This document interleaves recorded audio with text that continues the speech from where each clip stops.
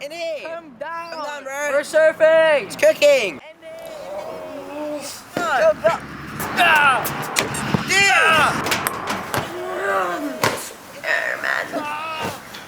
Three words. Indy hates Dornies, but his friends don't care. It's cooking! Come down! Indy is definitely a Grom. That means he'll try and go surf anytime he can, except for Dornies, of course. In fact, every time he goes for a surf in the morning, he comes back late for school, which his mum does not appreciate. The problem is he always needs one more wave. One more set, one more turn, one more sense of achievement. So he catches that last wave over and over and over and over and over. As surfers, we all know how it feels to be searching for that next perfect wave, that next incredible experience. And this search goes beyond just surfing. We strive for a good career that pays well, people that admire who we are, that crazy surf trip, a perfect quiver, a house with a wave garden, a pipeline. We are all looking for things to fill our lives with meaning and purpose, and asking what that is, well, it could be one of the most important questions you'll ever ask yourself. During this series, we'll be looking at how faith plays a massive part in answering these questions that shape our lives. Welcome to the Surfer's Guide to Faith. Over to the hosts. Hi, my name's Rick Ellerington, and I am also known as the Ginger Vicar. I'm Andy Frost, also known as the Bowling Bishop. Now, together we've been on some crazy adventures around the world, searching for waves and adventure.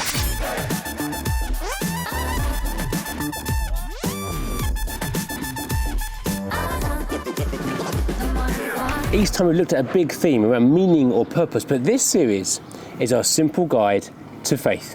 Now, wherever you are in your journey of faith, we want you to know that while we discuss these themes, this is an excellent and a safe place to explore those thoughts. So in your group discussions, just go for it, share what you're thinking, and don't worry if you disagree with somebody else. You can express your thoughts, your feelings. It's what the entire series is about.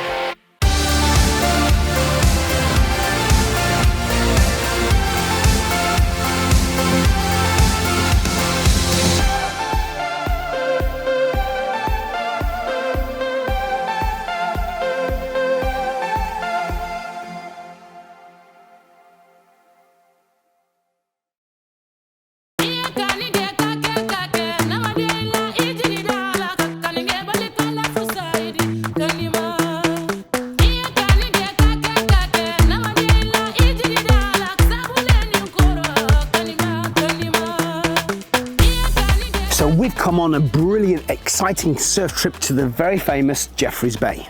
And in this episode, we're going to be exploring two things. First of all, what do we mean by the term faith?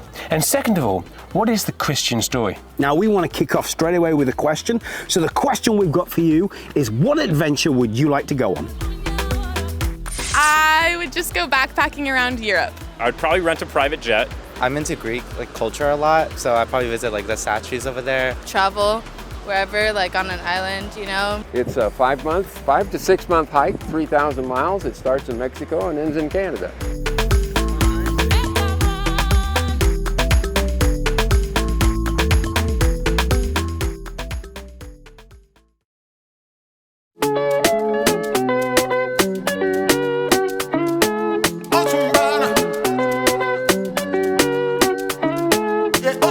This is the worst thing to do. This is the worst thing than filming, watching this. This is ridiculous. Ridiculous. Look at this now. Why are we filming? Just hurry up. Okay. So we've made it to Jeffreys Bay, mate. We've made it to the world famous, one of the best right-hand point breaks in the world. But I'm a little bit nervous. I mean, obviously I haven't surfed for a while. I live in London. But also, mate, this is super sharky here, isn't it? Well, there's only been two shark attacks this year. Exactly. That for me is more than I like. But out of how many thousands of surfs there's been over the last 12 months? But only 2 shark attacks. Last time we were here, right, we did the whole kind of cage diving thing with sharks. Yeah. And that put me right off.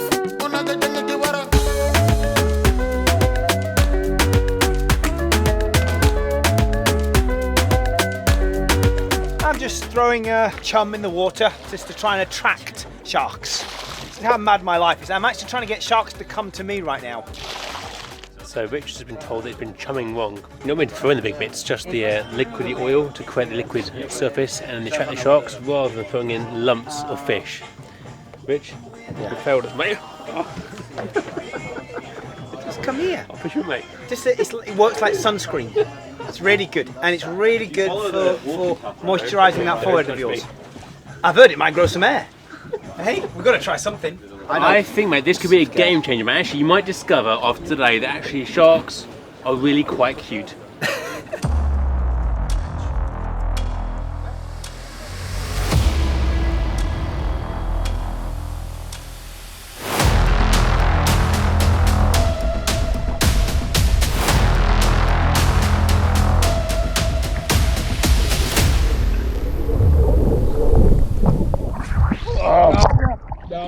No.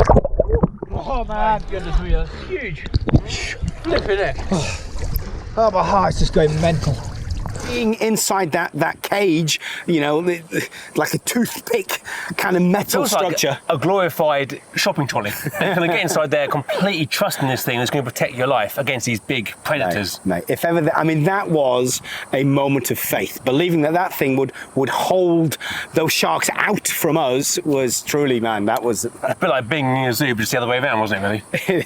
It is. Now, the idea of faith then, so we talked about there, the idea of this kind of putting our trust in this metal cage, but faith is more than that, isn't it? Yeah. No, everybody has some kind of faith, some kind of explanation for why we're here. Some might be quite worked through, others quite conceptual, but we all have to have some understanding for what life is all about. And there's probably three main groups when it comes to answering the big questions of life. First, there's the atheists, those that don't believe in a God. They believe in science, and they believe that is the answer to how the whole thing works. And maybe that's you today. Yep, that is the explanation, that we come from the dust and we go back to the dust, and that is it.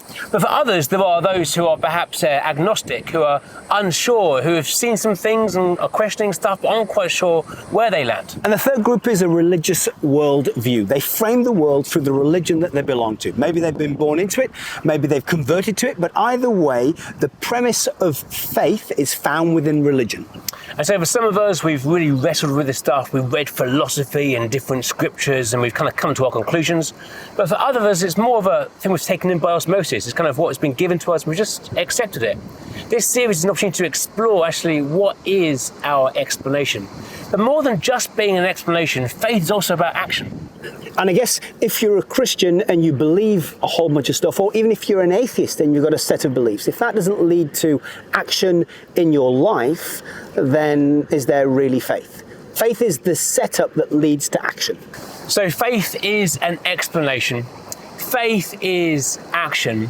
But third of all, faith is a deep-seated confidence. It isn't certainty. I can't prove to you 100% that God is real, and an atheist can't prove to me 100% that God is not real. We have to look at the evidence, look at the reasons, and explore what makes most sense. Over these episodes, we're going to be exploring some of the reasons why we have a confidence in God. But for now, we're going to hit you with another question while we go for a surf.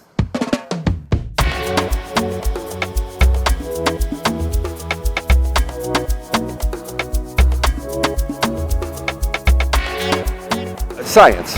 If there's not a probability associated with it, I don't even consider it in a truth scale. It's just belief. I've always kind of struggled with the religion, which I feel like faith is usually tied with that.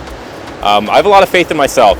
I put my trust in myself and my family, and honestly, just with the universe, I feel like, All my trust is in God, for sure. It's Jesus. There you go. I think yourself will fail you every time. If they don't trust science, I don't trust them. Know your worth and know yourself, and put your faith, invest in you, basically. So that would be my answer. I have faith in myself.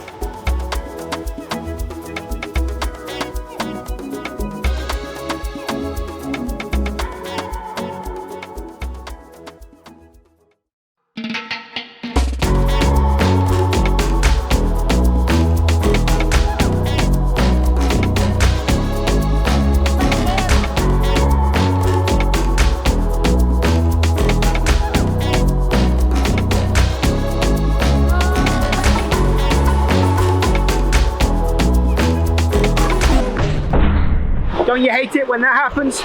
Leash in 2 pieces and rocks everywhere. 20 minutes into the session, and then I gotta go find or buy a new leash. Beautiful. So we've been exploring the idea that faith is about having an explanation. Now, as Christians, our explanation is found in a big story. The technical term is a meta-narrative. Now, that meta-narrative is found described in the Bible. Now, some people look at the Bible and they go, it's just a book of rules. But in actual fact, it's a library of books telling the big story. Hang on a sec. Some might say, well, can we trust this book? I mean, it's pretty old. That's a great question. And there have been lots and lots of people who have investigated the Bible and have explored its validity. But there was one guy called Jim Warner Wallace, who actually was an LA County homicide detective. Now, he did an investigation into Matthew, Mark, Luke, and John. And remember, actually, this guy was an atheist. So he wasn't coming from a religious perspective. He was trying to look at this from a completely atheistic And using his position. skills, I guess, as a detective as well. Absolutely. So using those skills, he came to the conclusion that actually this is credible. Their accounts of the life, death, and resurrection of Jesus are credible because there was no upside for them to lie about it. And in fact, they would give their lives for what they'd written in these words. Wow. So that's a really helpful part of the story. So Frosty, I'm wondering whether you can give us the overview of the entire Bible in just 5 minutes. Challenge accepted. The Bible begins with God and ends with God and his people. He creates the whole earth, the heavens and the earth, and it is beautiful. It's full of life and colour. There are amazing beaches, incredible mountaintops, deep blue skies, and of course, perfect waves. And there are crocodiles, and there are squirrels, and there are armadillos, all of creation brimming with life. And we meet the main character, God, who refers to himself as us, Father, Spirit, Son, a living relationship full of love. God is love. And from this, he creates everything. And then he creates humanity in his image. Like God, we are called to be relational and creative. And there in the garden, God calls mankind to serve and preserve creation. We are called to partner with God. There is intent in who we are made to be. From the very beginning, it's clear that God wants us. He wants to be in relationship with you and with me. The story in the pages of the Bible begins in a garden, but it ends in a city. In the book of Revelation, we see how the story ends with a new heaven and a new earth where every tear is wiped away. And we live between these bookends. But the story is not straightforward. There is a twist in the tale. With the creation story complete, we glimpse God's heartbreak as Adam and Eve have hidden away from God. They have hidden because they've broken his one command. God says to them, "Where are you?" But he knows where they are. There is no hiding away from the consequences of what they have done. Their decision has immediate implications. Creation can no longer fully reflect the glory of God. Our relationship with God is broken. A God who is pure and holy and blameless can't be in relationship with imperfect people. Everything is thrown out of sync. Death enters the picture. But God longs to deal with the consequences of Adam and Eve's decision. He longs for things to be put right. And so right the way through the Old Testament, there are different ways that keep on failing. With Noah, there is a flood to wash things clean and start again, but it doesn't work. He calls Israel a nation to be blessed, to be a blessing, to represent who God is, but time and time again, they fail. There was a problem at the very core of humanity, the human heart. And God knew he had to deal with that to put things right again. And so the three-in-one God sends his son Jesus down into creation to make things right again. And the Jesus story is fascinating. He isn't born in a palace, but in a manger. He then waits 30 years before beginning his ministry. And he does the most incredible things. He heals the sick and raises the dead, showing the power of God. But he also challenges the injustice of the day, speaking out even against the religious leaders. And he also shows God's heart for compassion as he welcomes the outsider and cares for the marginalized. And for all of this, his reward is death. Death on a cross. Nails in his wrists and a crown of thorns in his head and a spear in his side. But this is good news for all of us and for all of creation. And on the cross, he cries out, "It is finished." This perfect, selfless act cancels out the imperfect, selfish act of each and every one of us. Evil is defeated, and a way to the Father is opened up that we could be in relationship with him again. The body of Jesus then lies in a tomb for 3 days. But then there is the ultimate twist. As women go to the grave, they discover the grave is empty. Jesus has conquered death, and he calls his ragtag bunch of disciples to change the world, sharing this good news story. Jesus then ascends back up into heaven. The disciples are filled with the Holy Spirit, and the church is born. And this church, which isn't perfect, is called to be the hands and the feet of Jesus. And this is the big story. This is where we find ourselves here today. 2,000 years on, we have the choice to join this Jesus movement, to share in this good news, and that is the big story.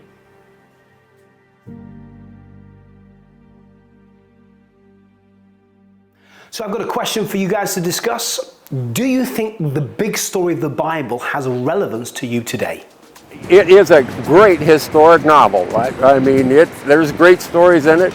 It's 100% true and relevant in every circumstance. I think that Bible does definitely have relevance to today's society. I just don't think it's that common and not talked about anymore. It's very hard to understand. I just... Every good story has truth behind it. And the Bible is filled with ample amounts of good stories.